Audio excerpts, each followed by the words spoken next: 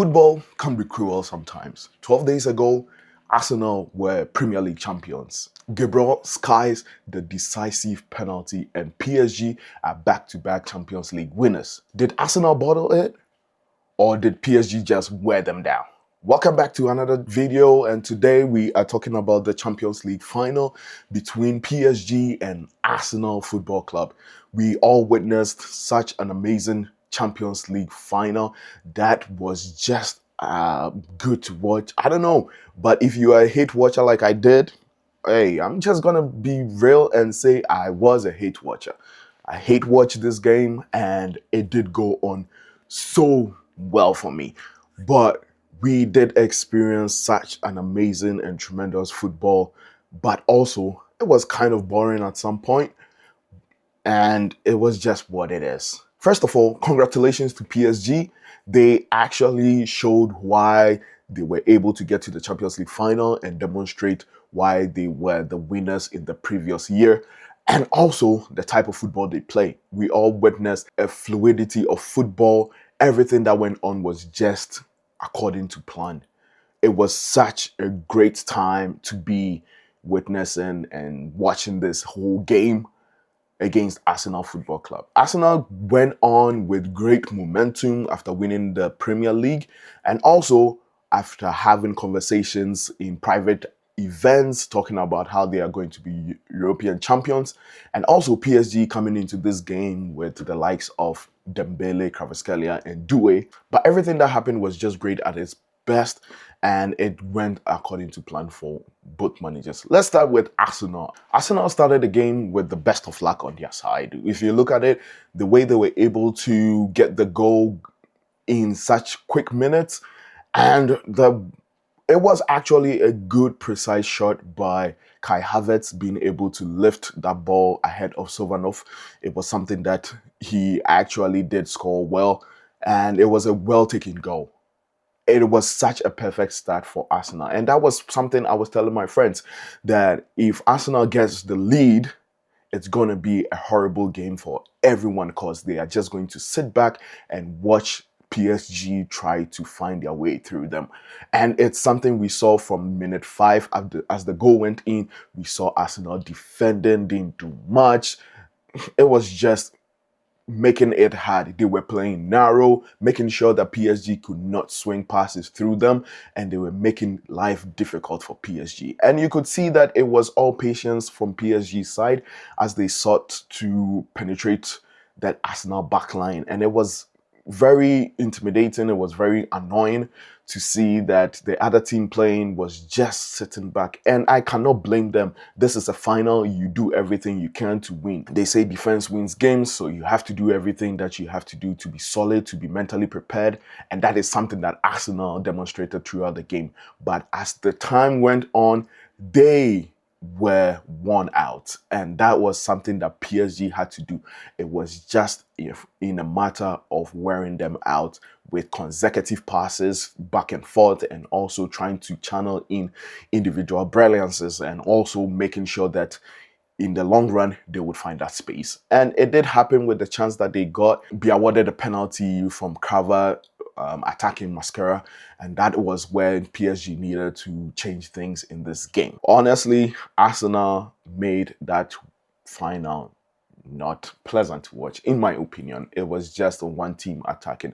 I was expecting such a blockbuster game like what happened between PSG and Bayern this season in the semi-final, and also something like the final against Inter Milan last season, where PSG was attacking, Inter Milan was trying to also attack. But at this point in this game, Arsenal was just sitting back after they got the goal, and that was tactically their plan, and it worked for a while until everything changed.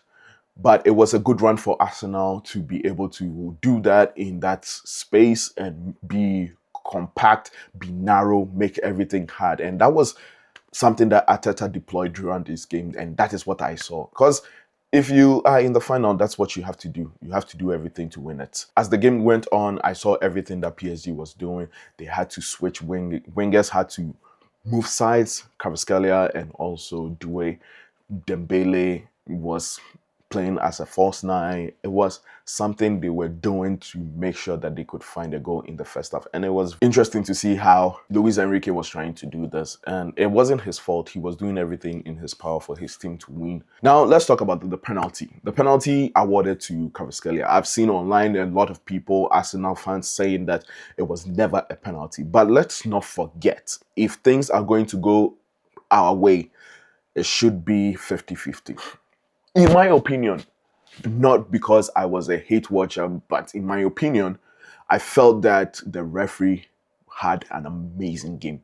Arsenal fans are complaining that the referee was inconsistent. He gave fouls to certain PSG players and fouls not to Arsenal players. But we all could see that Arsenal was just trying to draw fouls with Kai Havertz and their wingers so that they could be able to do what they wanted to do, like get their set pieces in, float the ball in, and the defender from the back post hits into the middle, and then they scramble and win that game. But that was something that the referee could see their start, and these fouls that Arsenal fans were calling for were fouls that were not really that decisive. They were not fouls that should be given. They were all soft fouls. So it's, in my opinion, feel like the referee had a consistent game. He was trying to avoid those. PSG had such situations and never called it. And it was just a fair game, in my opinion. But if we are going to talk about VAR, let's talk about VAR. PSG are insisting that the handball against Saka was a penalty. In my honest opinion, it's a penalty. Penalty because 1, he missed the ball.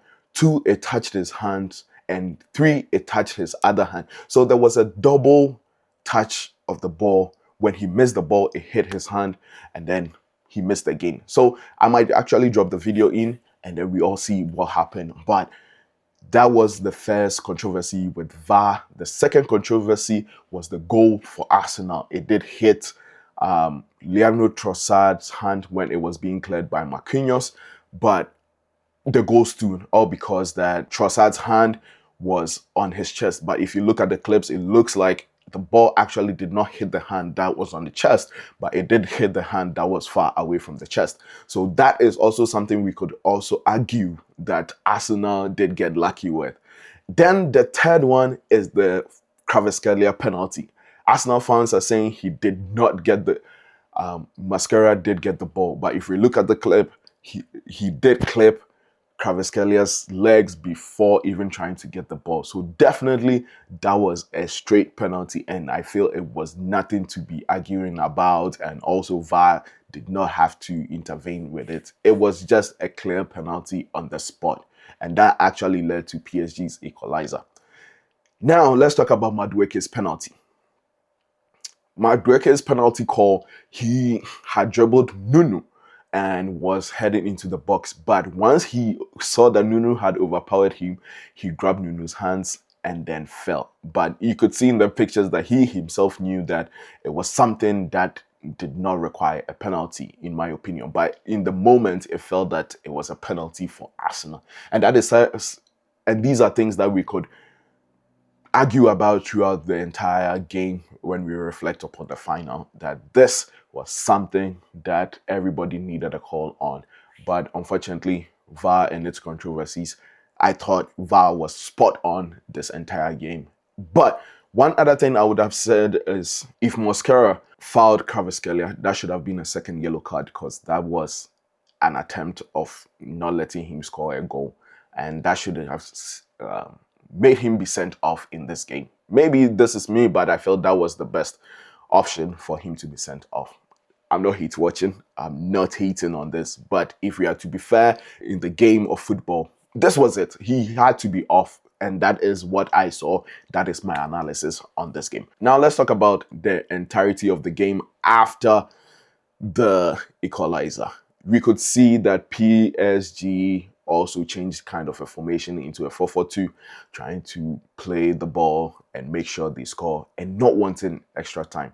But also we saw that Mikel Arteta also brought in Gyökeres and played Havertz both as the number 9s for with a formation change to 4-4-2.